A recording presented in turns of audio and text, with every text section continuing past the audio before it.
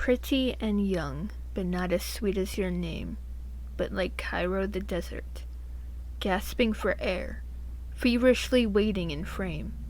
Teacher has taught you a lesson that baffles you in such a way, twisted into dreamlike coils, your threads pull and fray. As the dream unveils the real, a sudden break in the mind's eye. He crushed you under his bare hand. It left you, etched in pen, a haunting of why. Waves crash against you, parched and violent. You can't swim in its raging waters, unlike you, never silent. Cat plays with mouse, but the mouse eventually evades. Tortured by the memory, this only memory fades.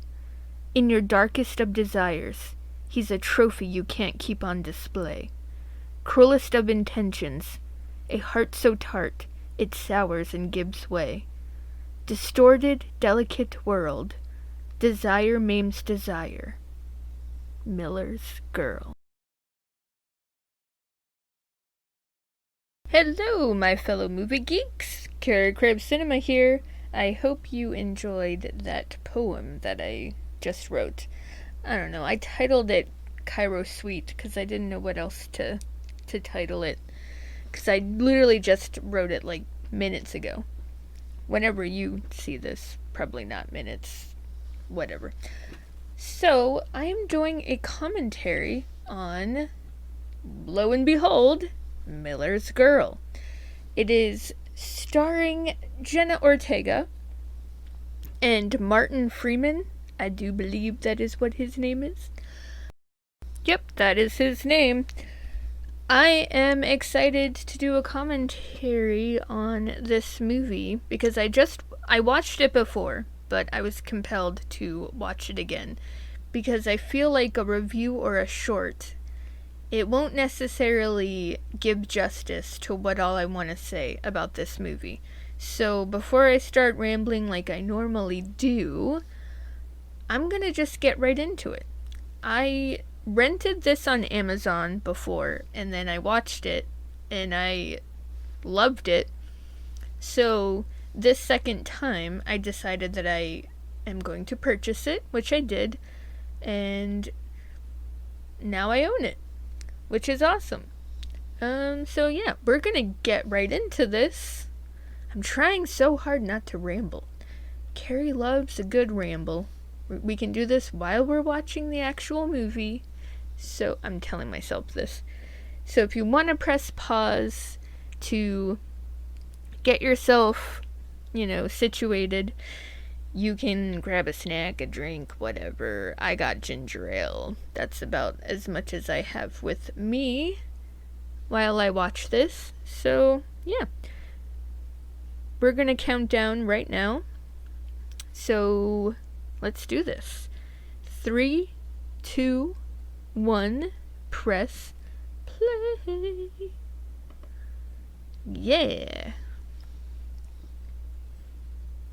My laptop was being a little wonky earlier, so I have attempted to do this commentary before, and for some reason it kept pausing on me, so I was getting aggravated and took a break from it. And then for some reason I felt compelled to write a poem, so I did.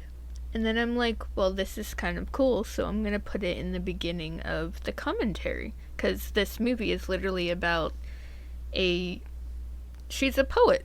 She writes poetry and she reads poetry. And she's freaking good at it, too. She's talented. I'm going to tell you that. Okay, I'm getting better vibes. I think it's going to actually play well this time. Yeah, I love the title card. The title card is done beautifully. And the segue, the transition, showing her house. It's so big for just one person to live in. I like that from the very beginning, she says why she's by herself. That her parents are abroad. So, like I was saying in the first commentary that I attempted, I love that it explains a lot about her character, knowing that she's in isolation and she's not guided by her parents. She's not guided by anyone but herself. And she's someone who needs guidance. I'm gonna say that here and now. She's not someone that can figure things out on her own. It's positively gothic, really. I love her narration too. Lonely girl longs to be loved. It is greedy. I love that line. She says, and I wear longing like a fucking veil. Ugh, I love that line. And the music! This music is just beautiful. It's haunting and it's beautiful. Because it's almost like it's segueing, making you think that this girl is just, that she's innocent, she's naive, she's lonely, she's, oh, poor her, poor her. Ugh. By the end, you question it all. You can't help but to question. And here's the introduction to Mr. Miller. He seems quite innocent in the whole thing as well. Which, you can't help but to wonder how innocent he actually is. I mean, if we're going cut and dry, and you're just looking at it from an outsider, he is innocent in all of it.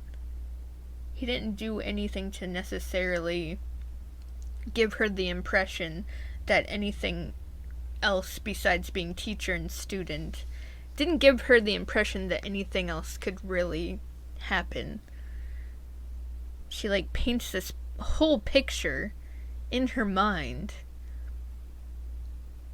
It's almost like she's romanticizing and she's painting this whole picture inside of her mind of how it's all supposed to turn out, and it's nowhere near what she thinks in reality. Hence is what I pretty much said in the poem. Her name is interesting. Cairo Sweet. There's there's a little bit of an oxymoron in her name alone. 'Cause she's not necessarily sweet. Just saying. A party hard. They put that in the trailer. Her friend is interesting. I love her side character, her friend.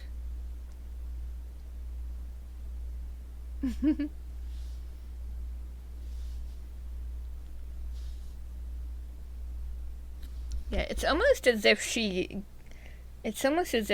okay. So when you first watch this movie, you view everything at a certain lens, a different lens. And when you watch this a second time, you look at everything differently through different glasses. You definitely look at everything differently.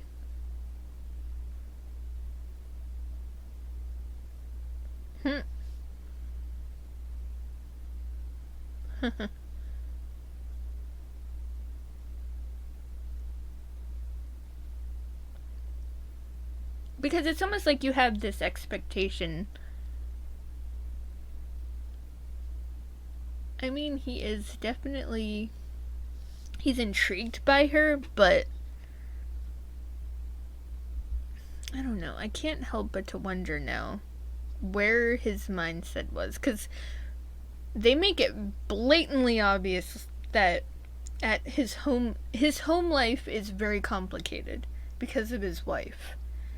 So therefore they make it obvious that he's going to either end up having an affair, or he's either going to heavily fantasize about someone who looks at him in a certain light that he desires.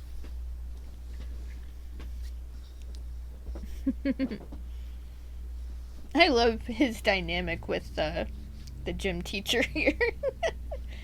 Damn it, why can't I remember what his name is? Isn't it Fillmore? I think his name is Fillmore. Well, that's his teacher last name. I love their dynamic. Oh, I think his first name is Boris. I prefer Fillmore than...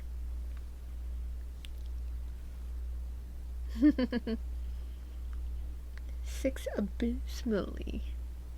Who says that? Abysmally romantic. Sorry.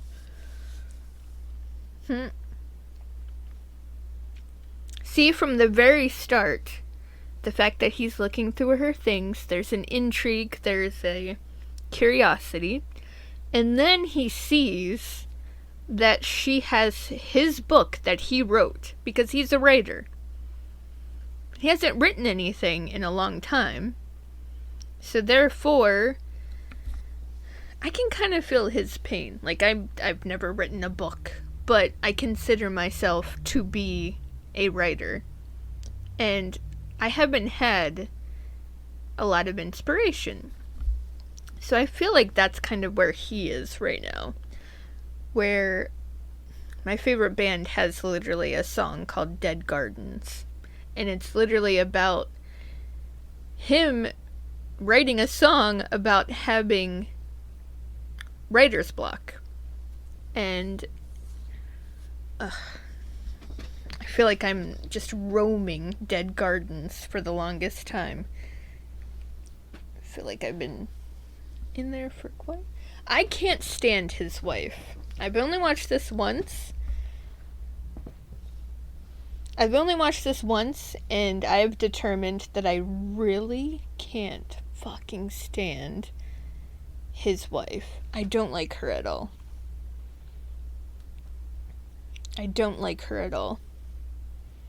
So I think they did this deliberately. They did it deliberately because I think they wanted us all to believe that there was going to be an affair because he was going to give in. I don't think it was ever about the sexual desire of it. I think he just really wanted someone to value him as a writer. And he got that from Cairo. But Cairo was taking that as something completely different.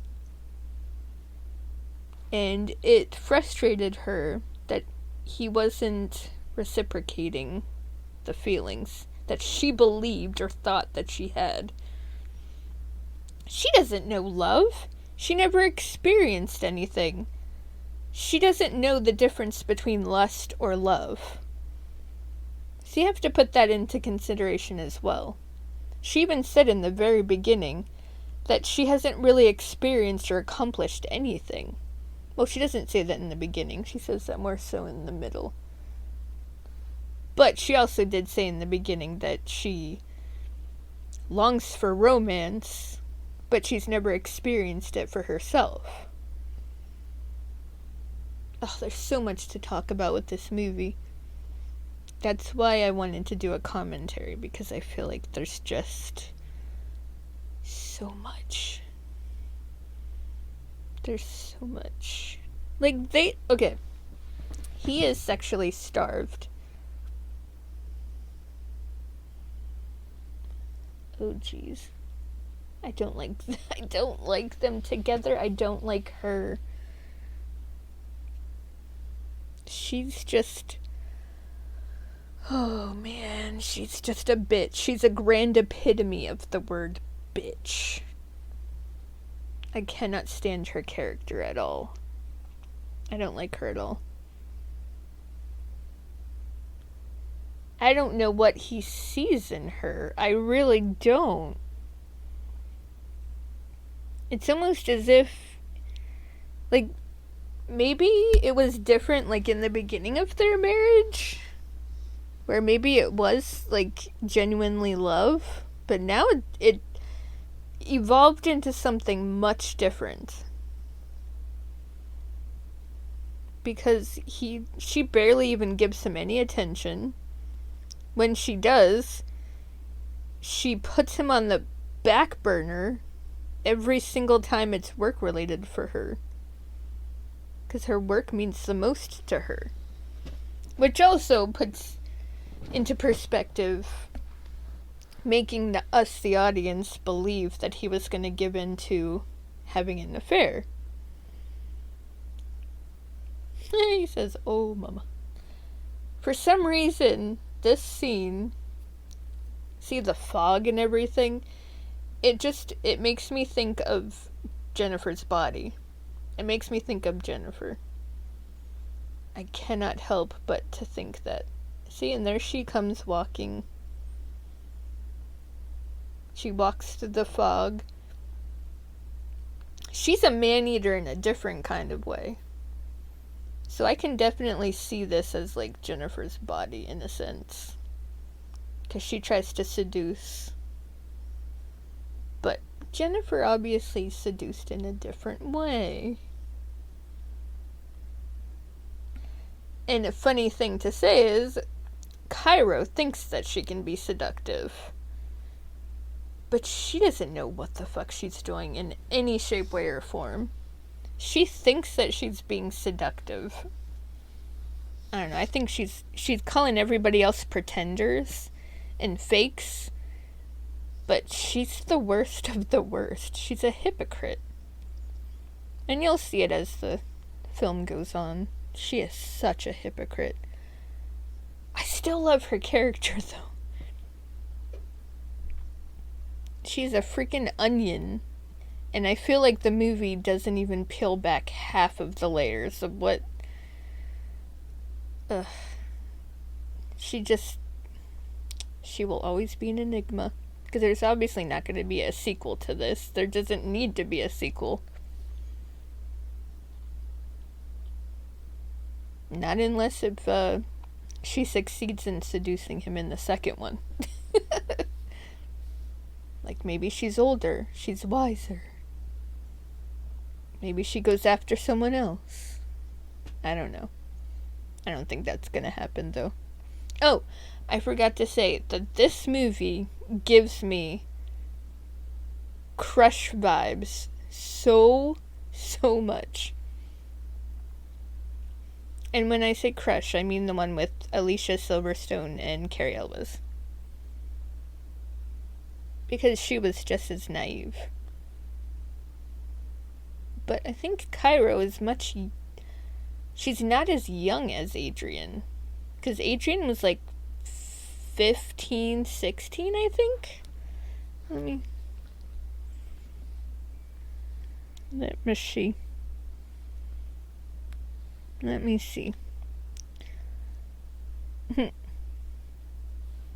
And after watching this, I kind of knew that a female directed this, because you could get that vibe. And I love it. I love it. 1993. Her mansion is just gorgeous. Yeah, so this was 1993. Alicia Silverstone. Alan Shapiro directed it. Thrilling, dark, and hedonistic. I don't know what hedonistic means.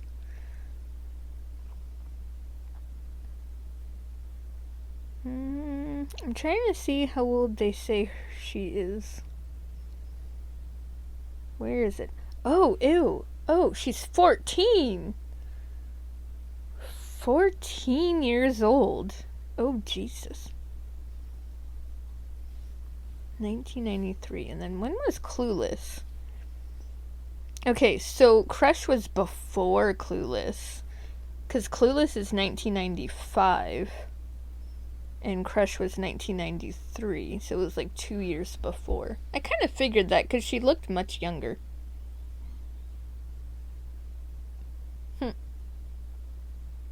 Living in a haunted ancestral mansion. I'm cold. Something worth writing about. Ooh, naughty. Sorry, I was putting chapstick on. My lips be parched, yo.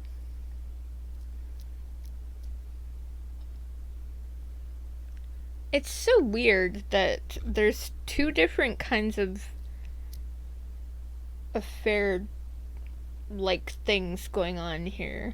Because Winnie, her friend, side character, she's trying to seduce the gym teacher, Mr. Fillmore, and Cairo is intrigued by Mr. Miller. I love their dynamic, though. It is cute at first. But then it sours because of Cairo. I love the... Yeah, I love the script.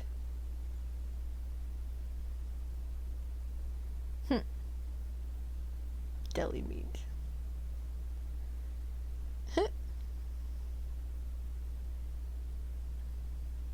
I love the way she describes it.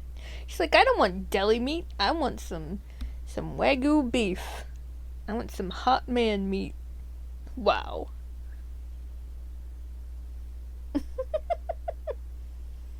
They're at an adolescent time where they, or is it prepubescent? Did I say prepub? I don't know what I'm saying anymore. Prepubescent? Hang on, I'm looking this up. I don't even know how to spell it. Prepubescence. Prepubescence. The period of development immediately preceding puberty. What is considered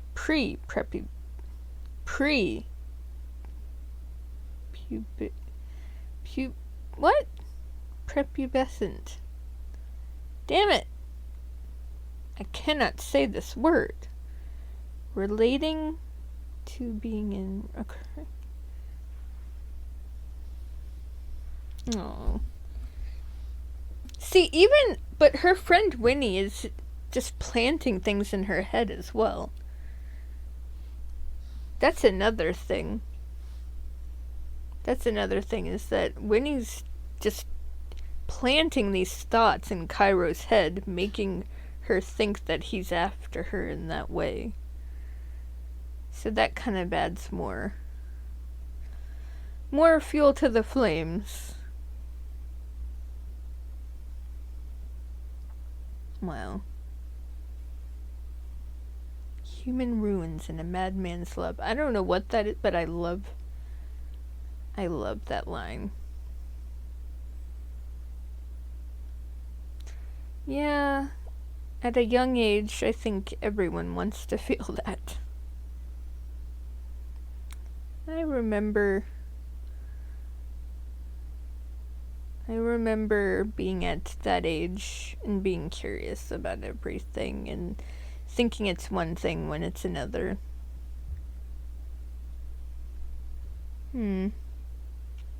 She starts painting this picture. Like, look at the way that he's even looking at her. He's not looking at her like he's fantasizing about her. He's a teacher observing a student. And it's so weird because at the like when I first watched this movie, I was thinking this the same thing. Oh my god. That's so weird. Because when you first watch this, it's almost like you're looking through her mind's eye.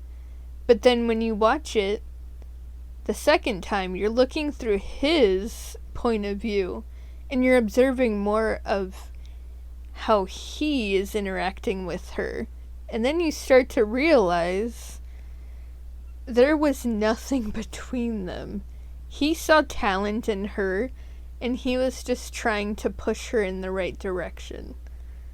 It had nothing to do with a fantasy or an affair or desire or lust.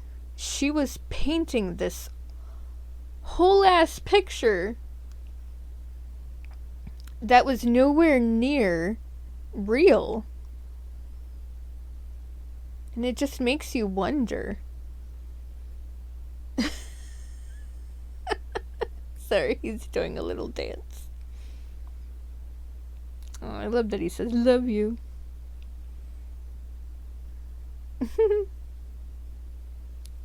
She just keeps catching him at weird times, too. And she thinks that it's for her. He's just being himself.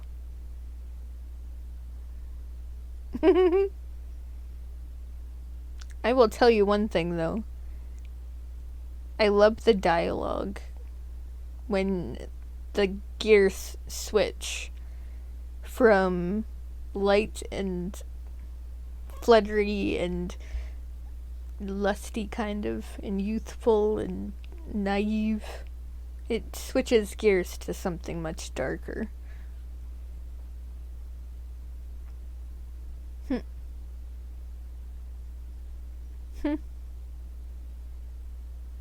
See, she's just judging things. She judges everything. I love analyzing her character.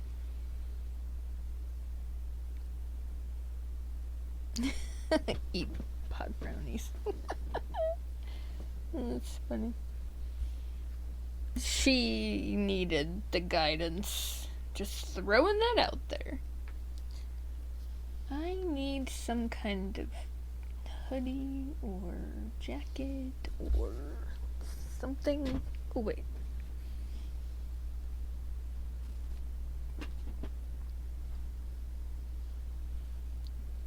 Yeah, I don't think you have any judgment. It's so... Oh, man. Just thinking about, like... It's funny because when you first watch this movie, you think that she's so poised. You think that she's clever. You think that she's like a little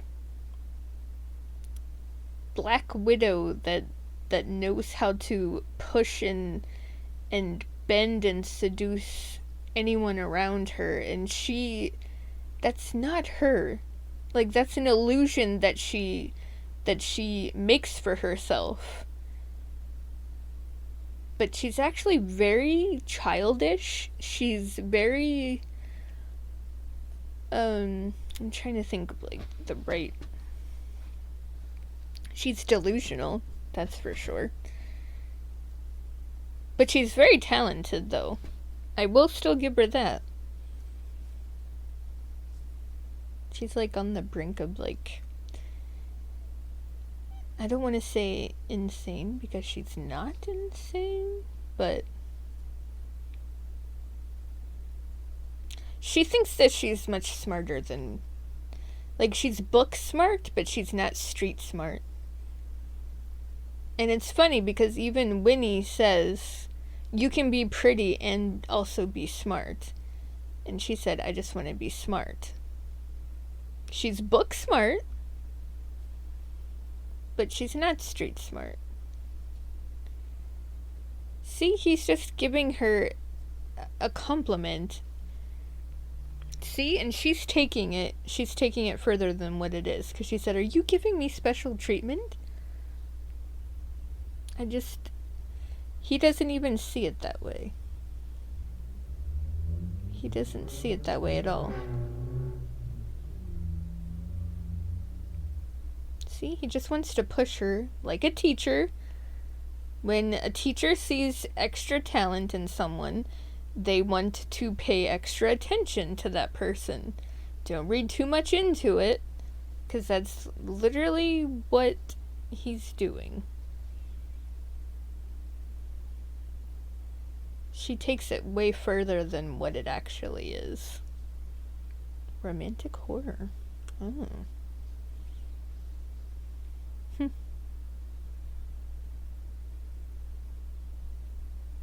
Even like how they interact with one another, there's no fire, there's no spark, there's no passion.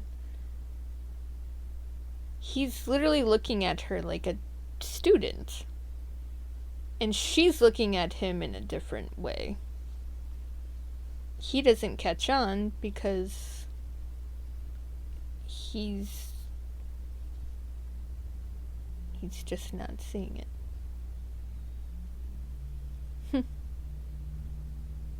And when she writes that story, that short story, yeah, they're laughing, they're goofing off, they're having fun, but there's nothing chemistry about their interactions at all. Like, he's curious because he's a man, but I think that's as far as it goes. Like, they romanticize the thought of it, but not romanticize the actual feeling of it. Because there is no feeling.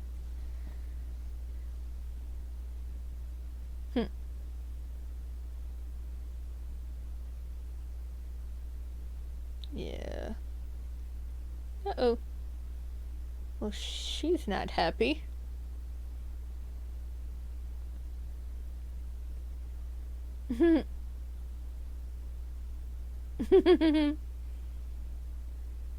See, I like Winnie, but I also I'm a little annoyed by her as well. I don't know, she doesn't see...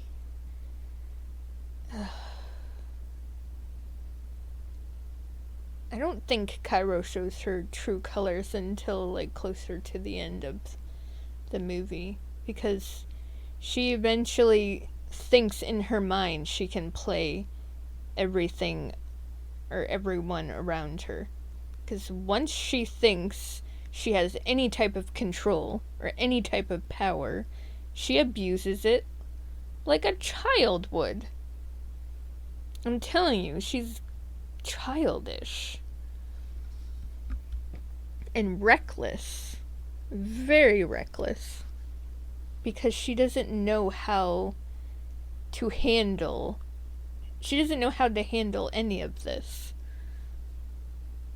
She's very, very reckless and careless. Ooh.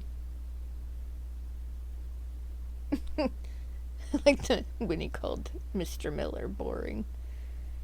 See, that kind of pushes it too, because Winnie calls her boring, so then it makes it seem as though that Mr. Miller is going to be like, oh, I'm boring, I should do something exciting.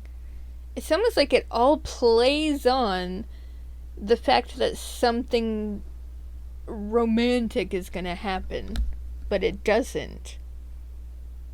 It doesn't. He does not act on anything because there's nothing there to act on.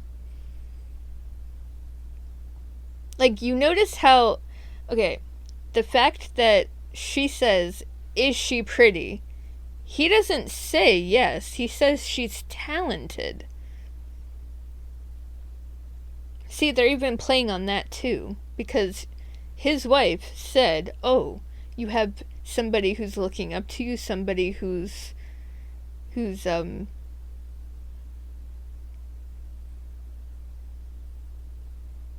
There you go. 10 points to Slytherin.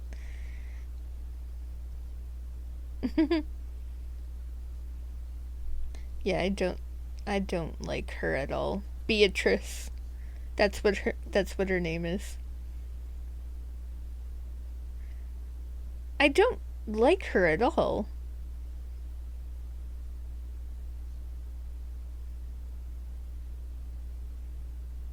She's not supportive at all. I don't like her at all. Because she said that you're not a writer, you're a teacher now. You're not a writer. Why would I see you as anything else? That's not what a wife says. She's such a bitch. I cannot stand her. I don't like her at all. I actually wish that he would have cheated on her because she's a bitch. But that's not Miller's character. That's not his character. It wasn't for him to give in and have this exciting affair that people think that he should have. Because even the movie itself is saying, go on, Mr. Miller, have this affair, have this exciting, romantic, hot, sexy affair, have this Harlequin romance. That's what this movie is basically like. It's screaming to Mr. Miller saying, do this, give in.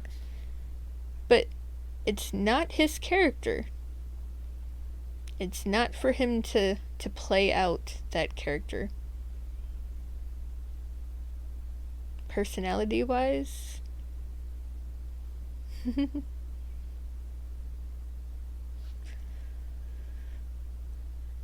See, he's just literally there to share this experience with her because it's from one writer to another.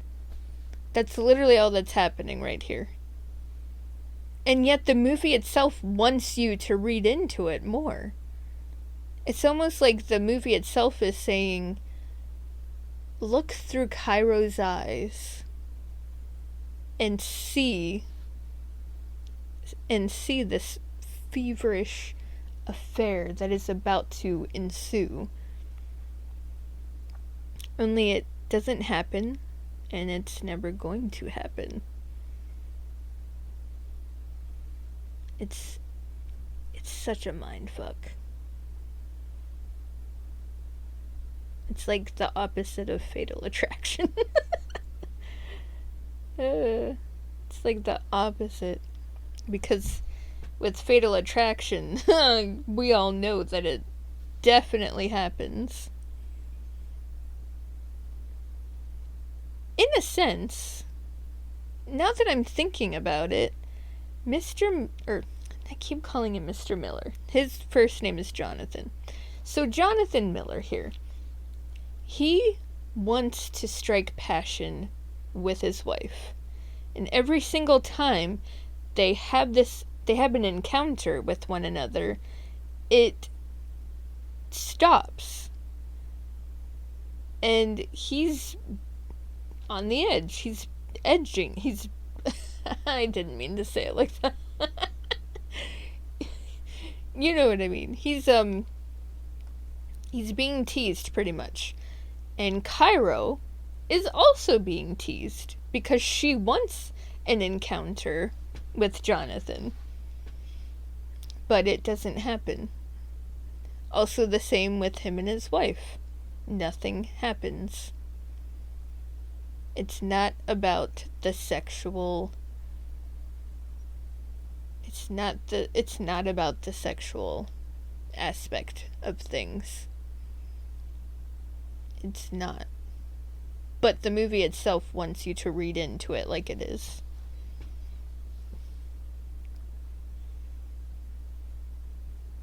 Like right here,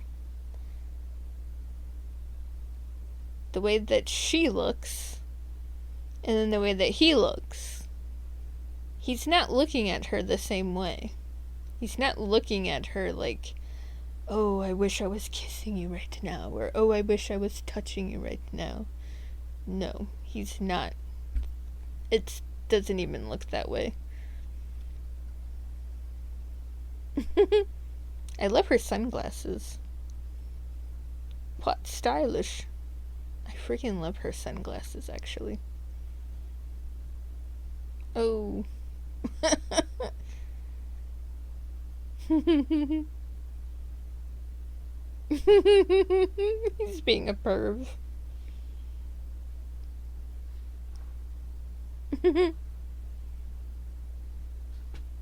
He doesn't count.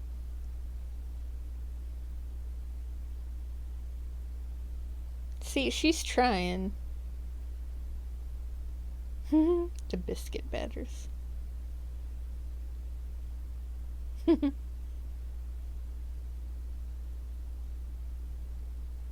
5%.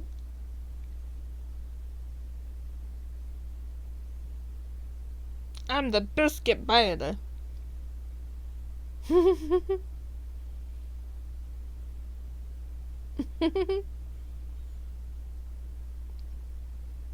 Yeah, I love their dynamic. It's fun. Fillmore and Miller. They just seem like they've been friends for a very long time. See, the way that she looks at him.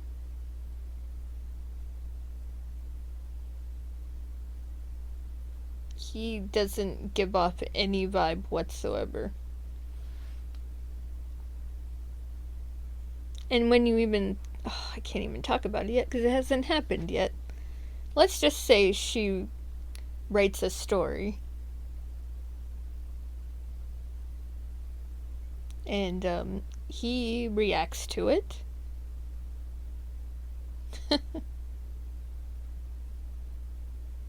See, now his wife is like saying, oh, let's go on a weekend getaway and let's be intimate together. And he's thinking, oh, finally I get to be passionate with my wife. And that's all that he's thinking about. He's not thinking about having an affair with this girl. He wants to strike passion back into his relationship with his wife.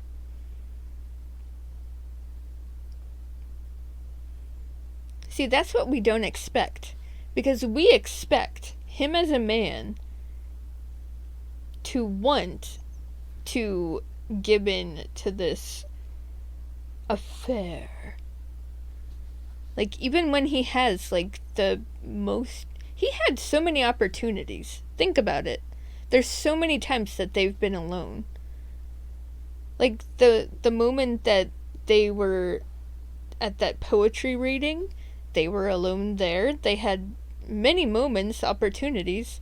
And then when Fillmore leaves, they're alone there.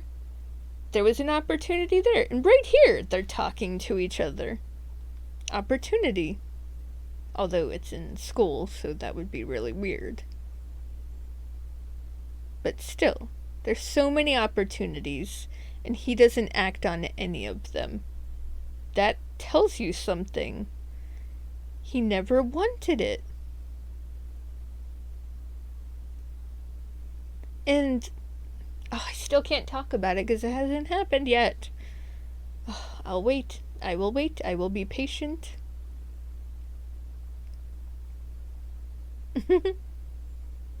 See, they're young girls. They think that every man, every boy wants to fuck them. That's the issue right there. Is that...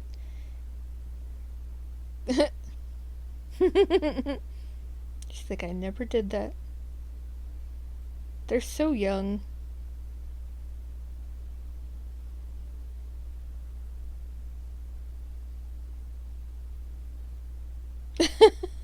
She's so weird.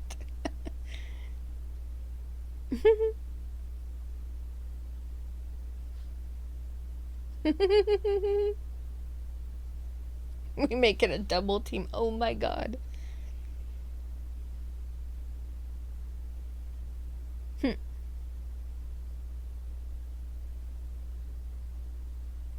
Fresh to death. I think it's fresh to death. I'm making biscuits. Biscuits! Okay, I'm gonna stop saying it. I'm gonna reach for my ginger ale.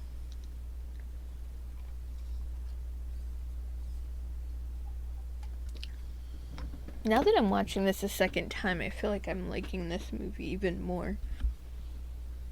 Because I feel like I'm looking at it from a whole different perspective. I'm intrigued to see the ending again, though.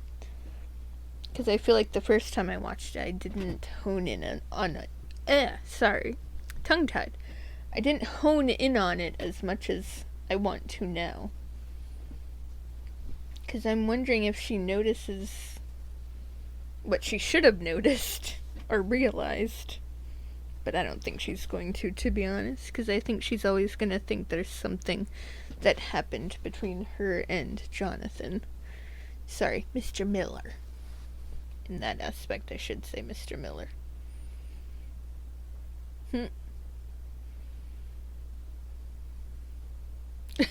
Why is she snorting? Oh, I think that gave her the idea. Weird. I think that actually gave Cairo the idea of leaving her phone so that Jonathan would come back to give her phone so that she could try to seduce him. Sorry, I'm moving around. Let me move. Hang on. Okay.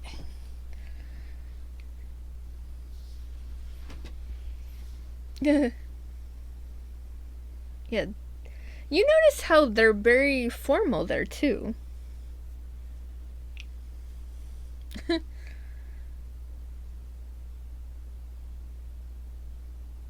I'm tethered to a landline. That's funny. Yeah, you notice how he says I'm dropping something off at a student's. Ew. She's so gross. I don't like her at all. I don't like Beatrice. Beatrice is a cool name, though, but she's such a bitch.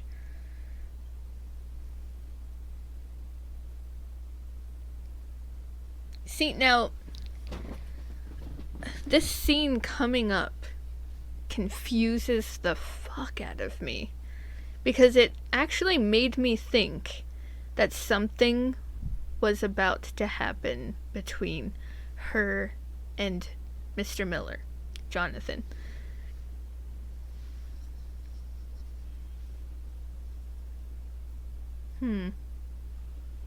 Unrelenting. Inevitable. It is a summoning. Yeah. The way that they imply all of this. Most of this is implication, like, from this point on, I swear to you. I like this song, though. I like this song. It's almost like the song is even implying that something romantic is about to happen. Like, this scenery is just so beautiful. I wish I could interview the director of this. I think her name is Jade Hallie Bartlett. Let's see. Yeah, like the implication right here. Her walking out in the rain in this silky long white dress. She looks like a freaking Harlequin romance. Just like her look, the way that she's looking at him. She's painting this picture all in her mind. And I'm pretty sure he just dropped off her phone and then said, okay, I gotta go. And that was that.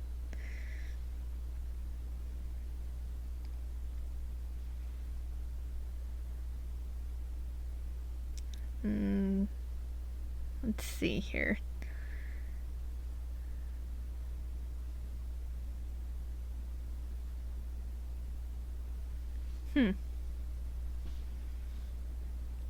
Where did that go? Because I wanted to read that.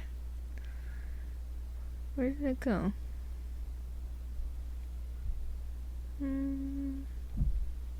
Heartbreak is a slow motion car crash set to Mozart. Ugh. I love that quote.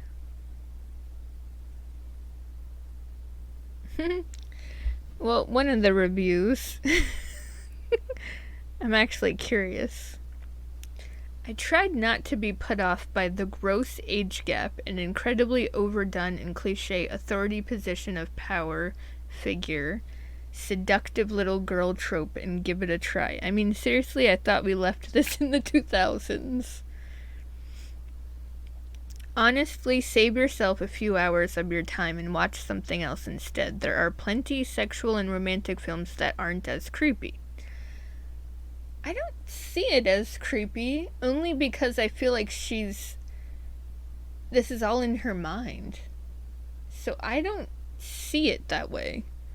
It's not often that I'm uncomfortable or weirded out by a scene, and I think taboo tropes can be well executed without feeling like the creator gets off on it, but this is definitely not one of them. As a teenage girl myself, I kept inserting myself in the movie and ended up feeling grossed out. Definitely wouldn't watch again.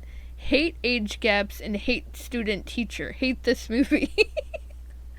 Okay, apparently, because, no offense to this teenage girl, I'm sorry, little lady, but I feel like you're not viewing this movie the way that it should be viewed.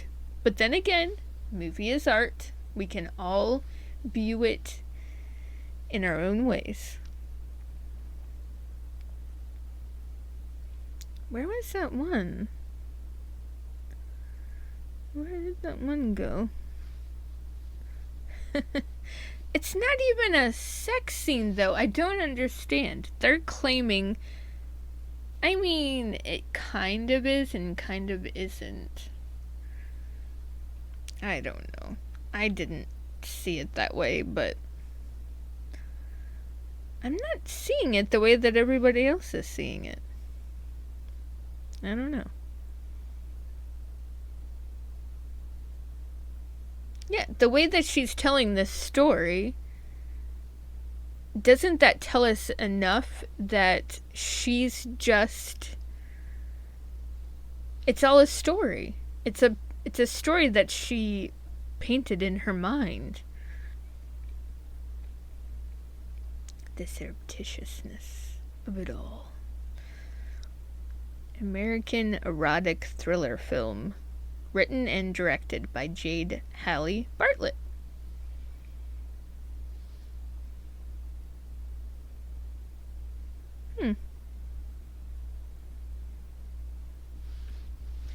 Yeah, like this scene right here.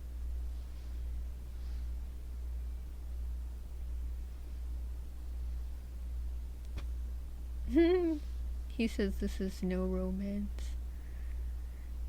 See what I mean? Like, he's even saying it. He's even saying this is not a romance.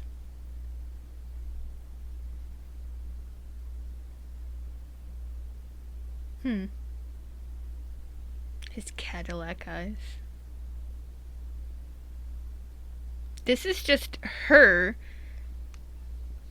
romanticizing in her head about what she thinks could happen.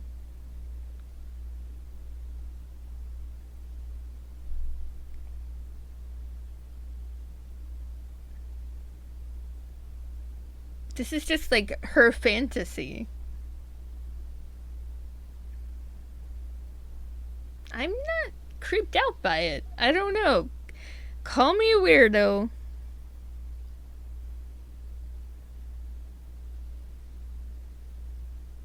Yeah, okay, so now I can talk about it because he's about to go in. I just think that he was thinking about being intimate with his wife, and the fact that he hasn't been, he just needed a release.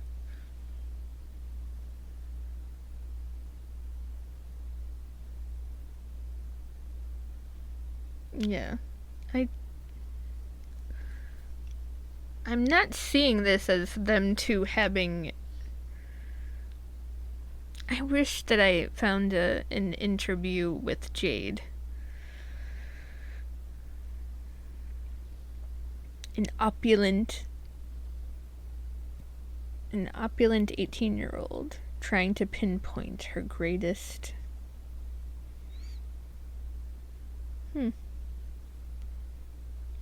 The Oh well, he finished.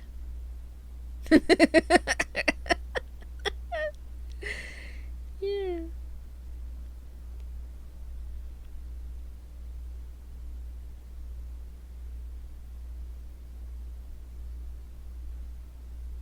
Yeah, this part's absolutely beautiful with the fog and the green everywhere. She constantly walks in this forest every single day to work. To school, I meant.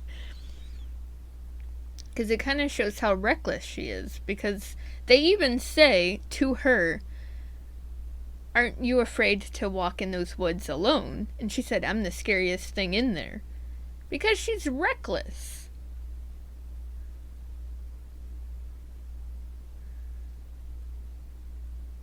Now, think about this right here, this interaction right here. That's what baffles me.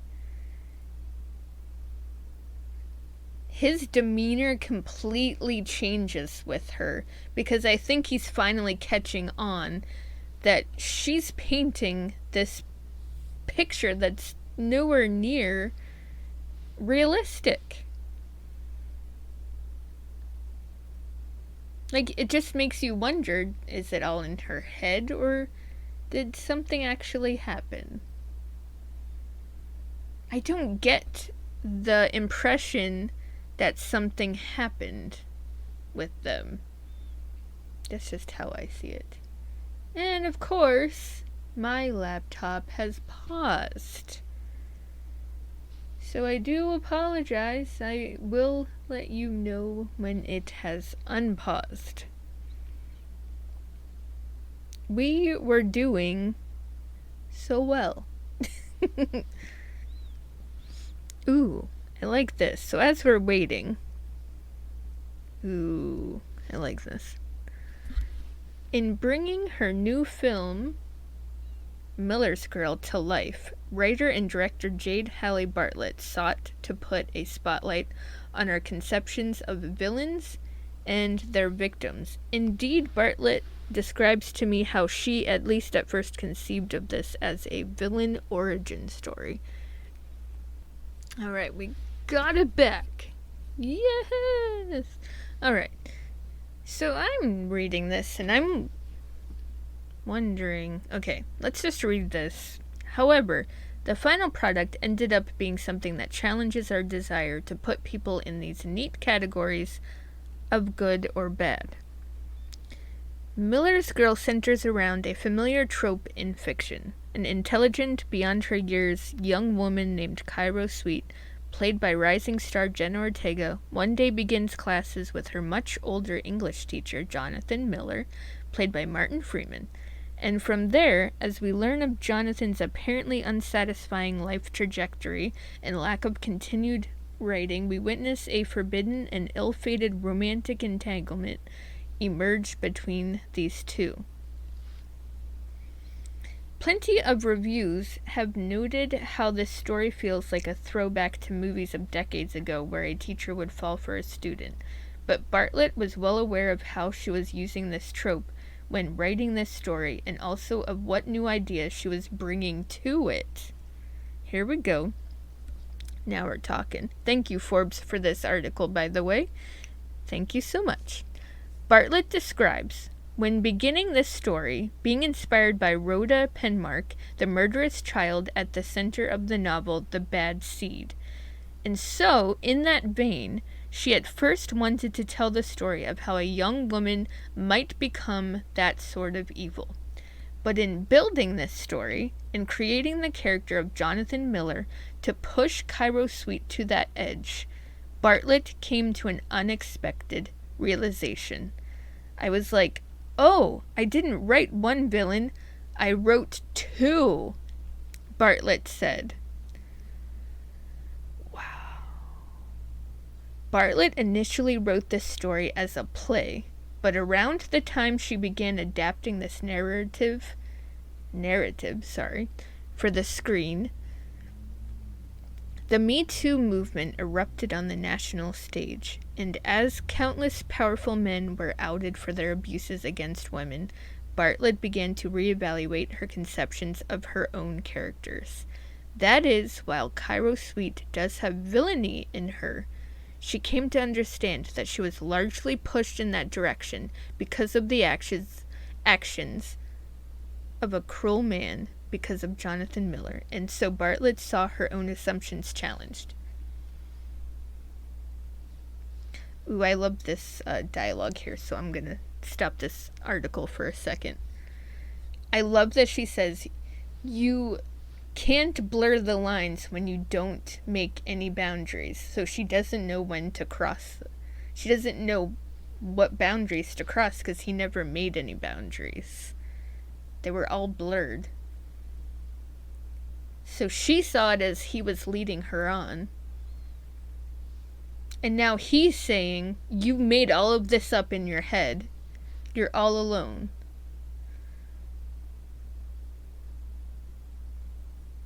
You misinterpreted the whole relationship between us, is what he's saying. This whole... So now I'm wondering, was the kiss real? At least. Maybe not like the sexual encounter, but that's what I want to know. Was the kiss real?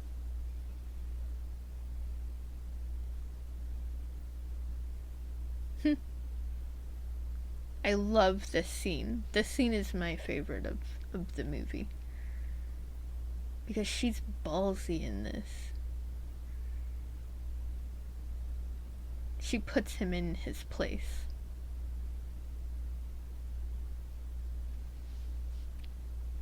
Nope, it's not your writing. Something more than that. The whole demeanor between them just changes.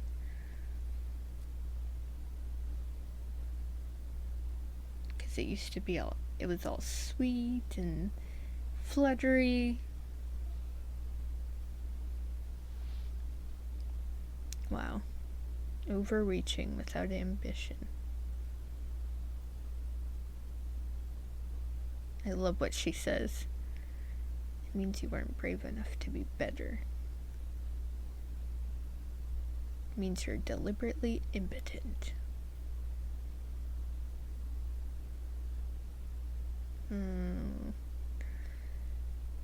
As she says these words, you can literally hear her heart breaking, and it's shattering into a million pieces.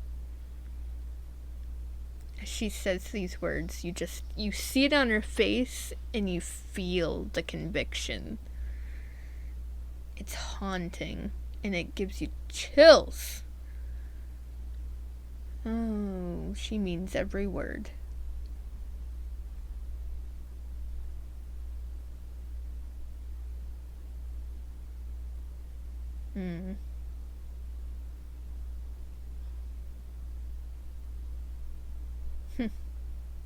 Wow.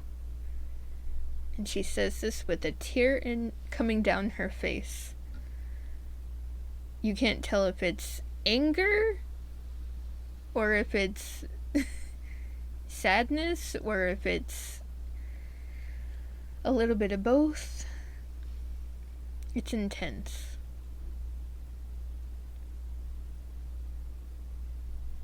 Wow.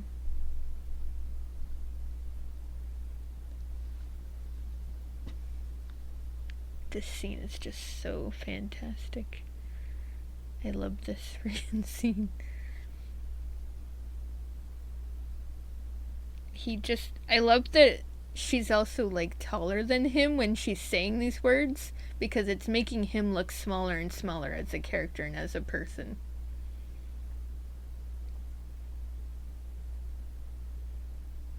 The Requiem. And then he looks right at the screen, too. Ugh, man.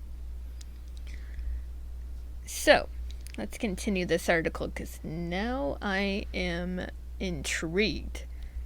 So this is what Bartlett says, because I want to know from her point of view, because she's the one who wrote this. She's the one who directed it. So I'm very intrigued, to hear how she feels about this. Sort of how I originated her, Cairo, was my internalized misogyny about what happens to women when men treat them poorly and that they become, these sort of monster people. And so this is to say, in bringing this story to life, Bartlett moved away from considering Cairo Sweet a pure villain in her story. She began to understand that perhaps Cairo would not have gone down this road had Jonathan Miller, who was the more mature adult in the room, not chosen to humiliate a young woman in the way that he ultimately did. However, at the same time, it would also not be the full story to cast Cairo Sweet as an unambiguous victim with no agency at all. The truth of it all is more nuanced. Wow. And so this ties back into what might be the larger point of telling this story. That these neat lines of villainy, victimhood, and heroics, though we may so badly want them to adhere, are not true to life. No one is a perfect villain or a perfect victim. They don't exist. These characters are quite nebulous and gray, which I think is closer to real-life people. This isn't to say anyone is blameless for the events of this story, but it is to say that blaming only one side of this ill-fated entanglement would be perhaps too easy. Bartlett believes these things are complicated, and aims to paint a complicated picture in the movie that she's made. And this makes me love this movie even more.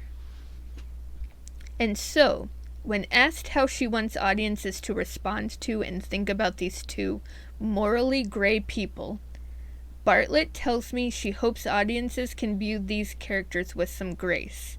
She speaks about the potential for redemption, for hope of overcoming the past, and for remaining optimistic despite the events of the film for what these characters may do in the future.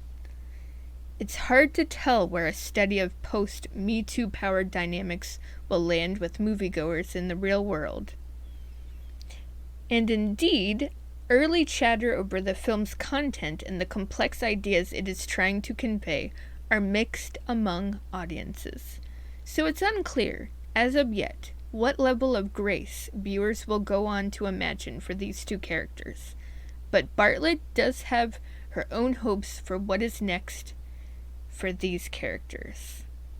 Again, Bartlett said she at first thought of this as a villain origin story, and so I asked her if she, as origin story might imply, imagines these characters to go on to do more villainous things after the credits roll. But to this, Bartlett says no.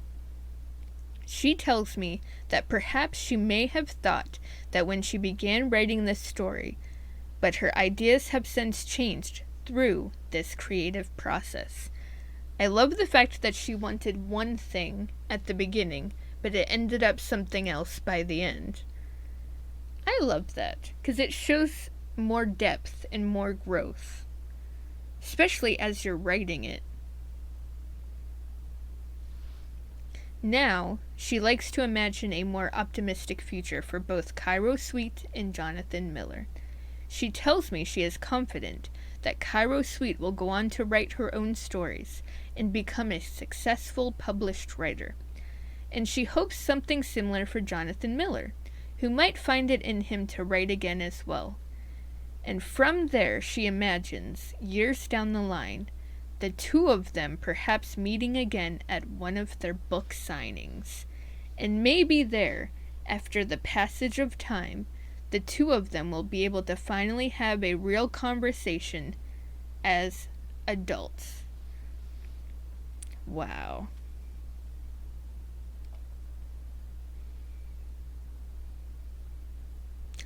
Since when is it playing in theaters? I haven't seen it. Wow. Okay, after reading that, now seeing like the perspective of Jade herself, the one who wrote and directed this movie, it makes you realize that she's trying to say that it's not all cut and dry, not in real life. It's not all set in stone, oh, this person's the villain, this person's the victim. I feel like with these characters, they're both. Both of them are the villain and both of them are the victim.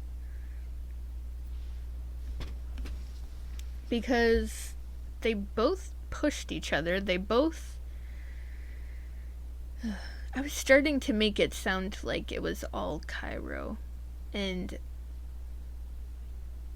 after reading that article, it makes me realize there's a reason why I still like Cairo's character.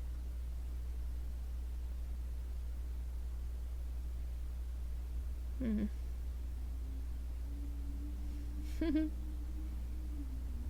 I really don't like Beatrice.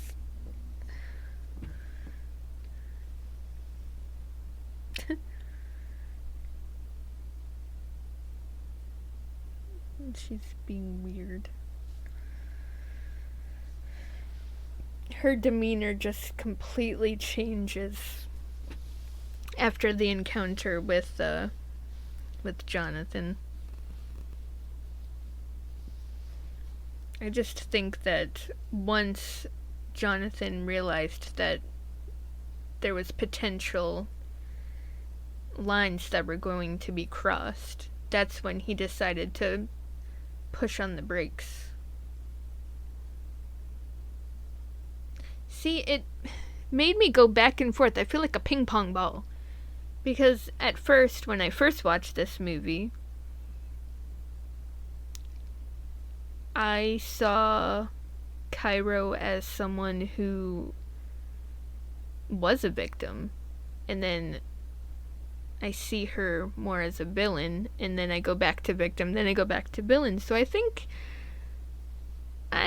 that Jade definitely succeeded. Because I see them as both. Jonathan Miller is not innocent. He's not. Because he allowed Cairo to believe that something could happen. I don't think he intended on anything really, actually.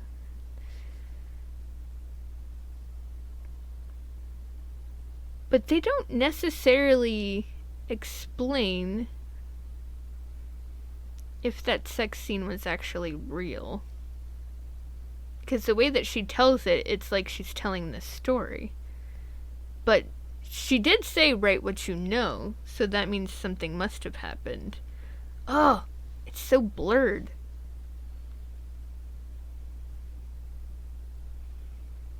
And now she's playing with Winnie.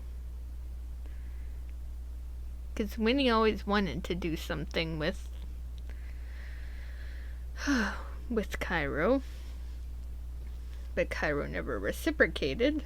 And now she's playing with that fact because she just wants someone to desire her, I think. I think she's just...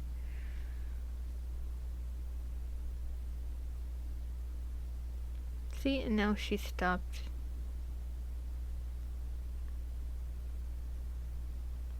Yeah. I don't know. I think now she's just playing mind games. This is when she completely changes.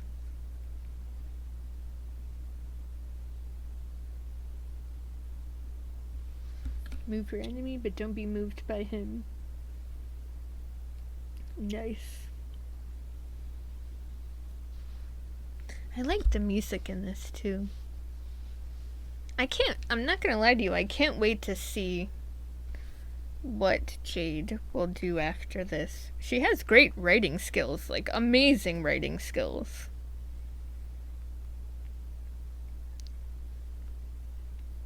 Jade Halle Bartlett.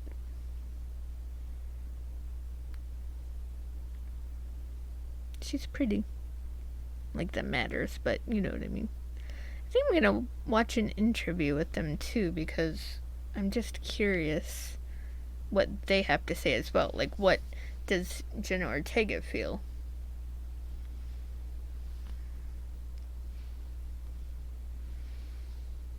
The accountant. The Turning. Did she help write that one? Or... false Russian. Cast. Well, she's not in the cast, so... Did she write it? Tell me. Oh, it says Hayes wrote it, so why... I'm very confused. That's the screenplay.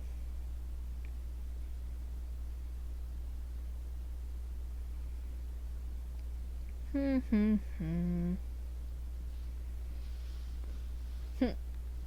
did what? What?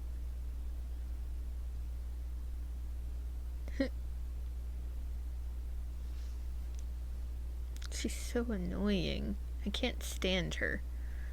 I really don't like her, I'm sorry. The implication.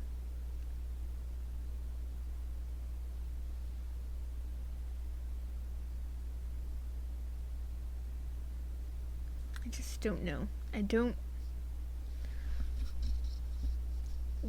think he would be missing out too much if he lost you.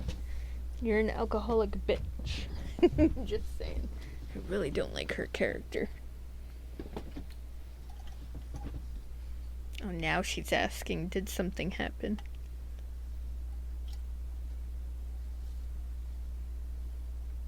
Nothing I invited? What does that even mean? Nothing you invited.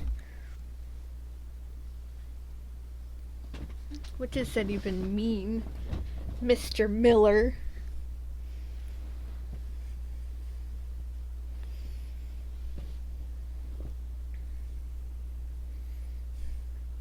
And now she's not in his class. It's like it completely changed. And then Winnie, she looks lost. Cairo pretty much isolated herself.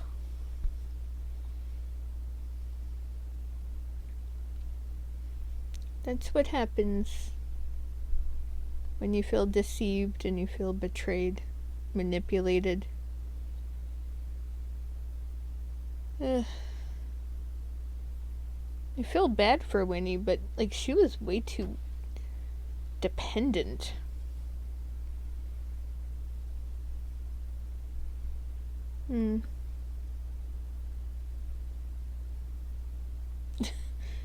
He just, oh my god.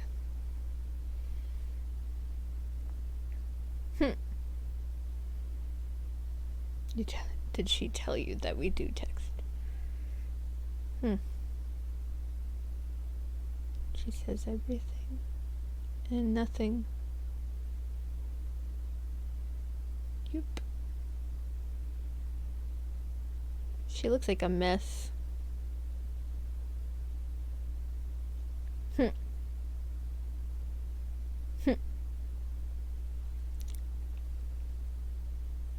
Yeah, he's playing victim way too hard. Way too hard. See, I feel like this movie plays mind games with me.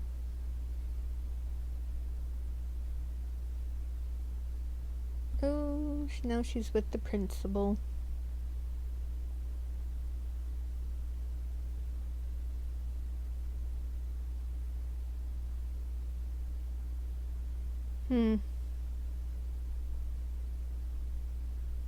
Yeah. Definitely.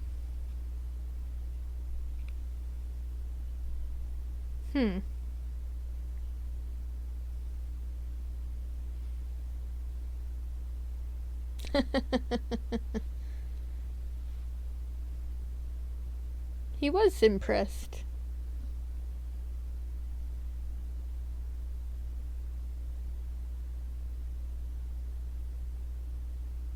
And sometimes it's amateur.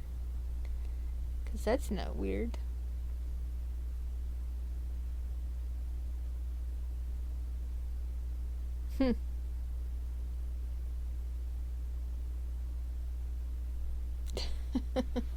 Yeah, okay. Why would he even mention that?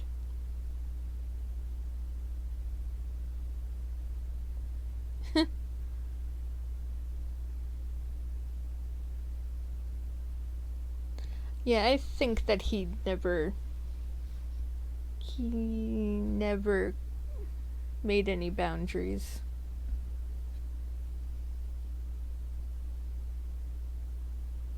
Yeah, because that's not weird at all.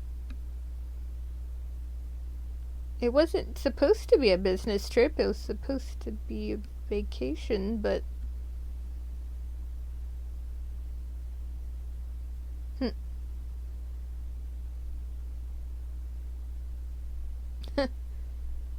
Why'd you pause? Just say the truth, man.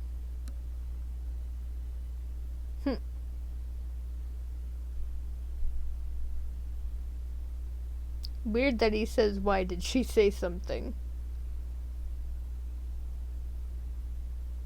Ooh boy.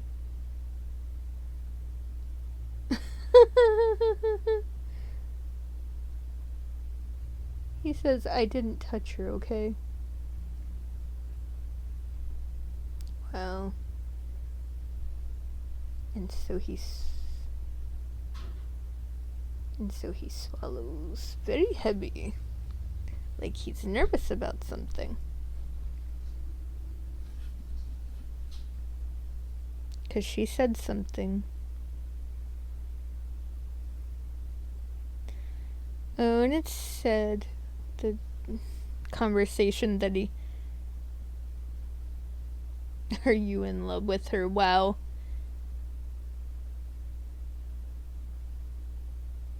It's not about my feelings.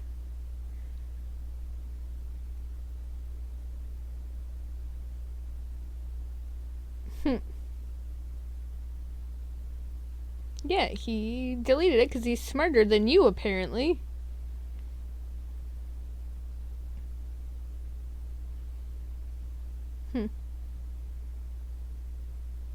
Yeah, he didn't. Yep, you did not identify the line, so you crossed it.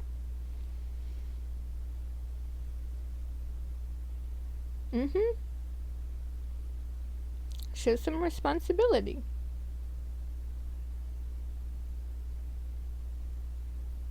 So he's saying that Jonathan definitely crossed a line, but he's denying he crossed a line. And then Fillmore is saying that he never did anything to cross the line.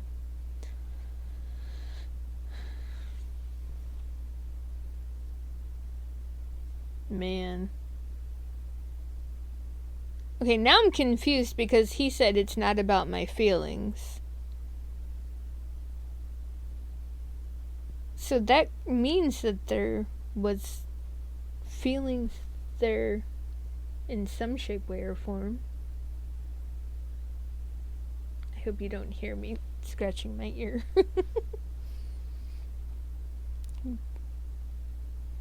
Her feelings got hurt. What do you think affection is, you dumbass?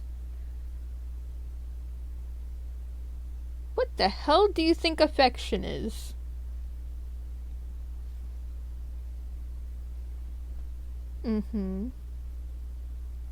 Yep.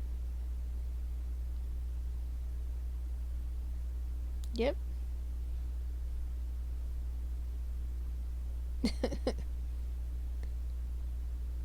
Well, at least she's honest. Yes. He feels valued.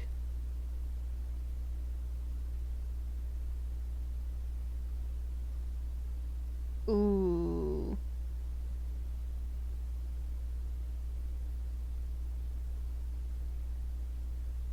Oh.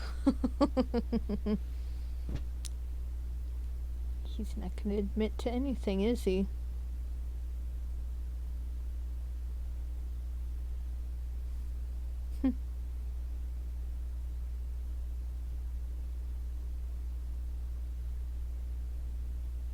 Wow.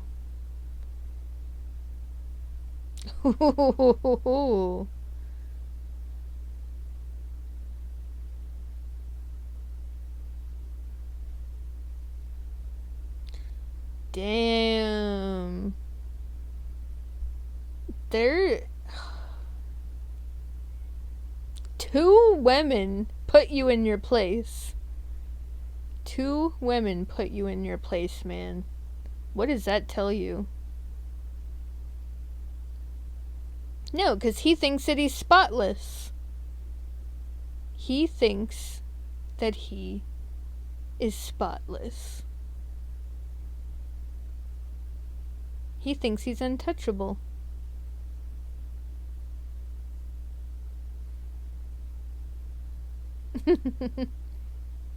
Inventions of conflict.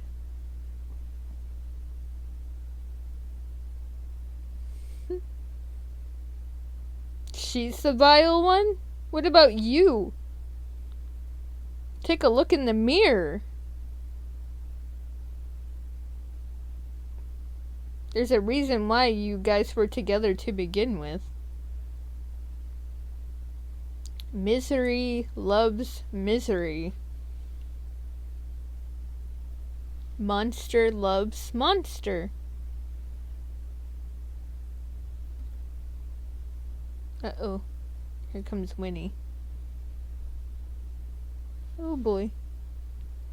She just like spit it out. Oof.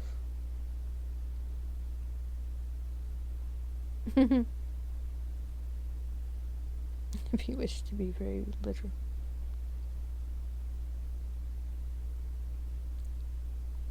Winnie, do you not see?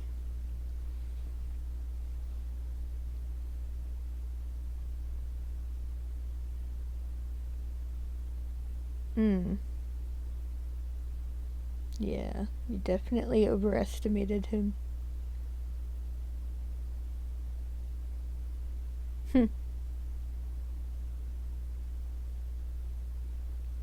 Her villainous colors are coming out. What life does he have to ruin? He doesn't have anything. His own freaking wife doesn't want anything to do with him.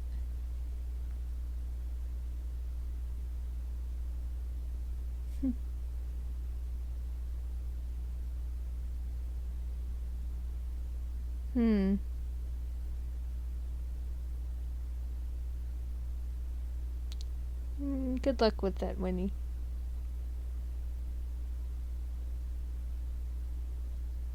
Ooh, the plot thickens.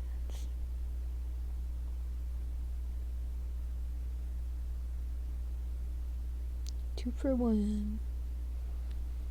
Two for the price of one.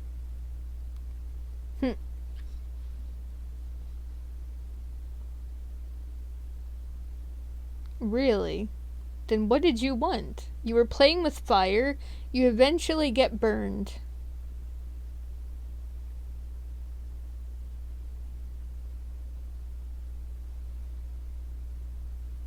And the villains have blurred yet again. Because now all of a sudden she's playing the victim, even though she was doing villainous things as well. Nobody's innocent here. Nobody is innocent. Everyone played their part in this game. And here she goes. In the end, ultimately understood. Our mutual naivety. My trust, his arrogance. Okay.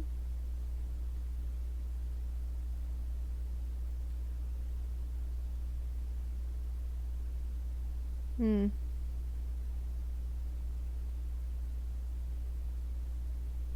What will become of us?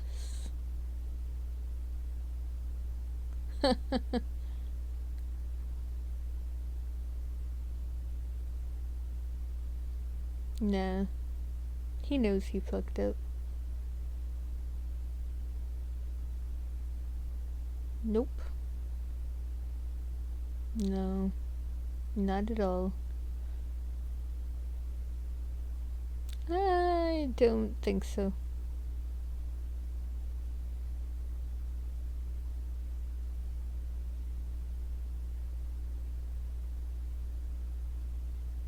Well,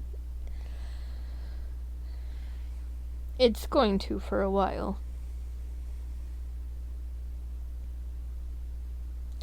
Yeah, it's something that you're never gonna understand.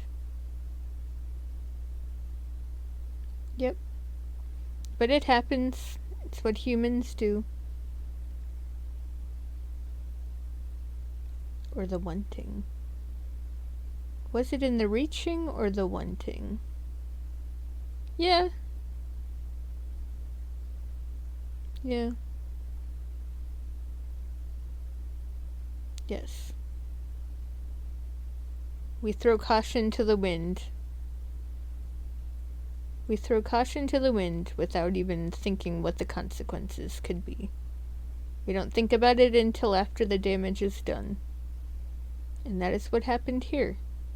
They made a mess, and they thought that they could clean it afterwards, not knowing that there would be shrapnel everywhere, that when fire burns, ashes go everywhere.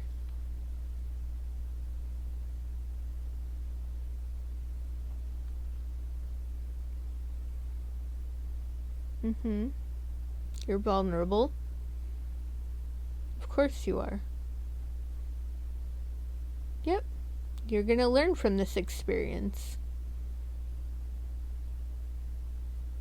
Hero, villain, writer. Grown from the human ruins of a madman's love.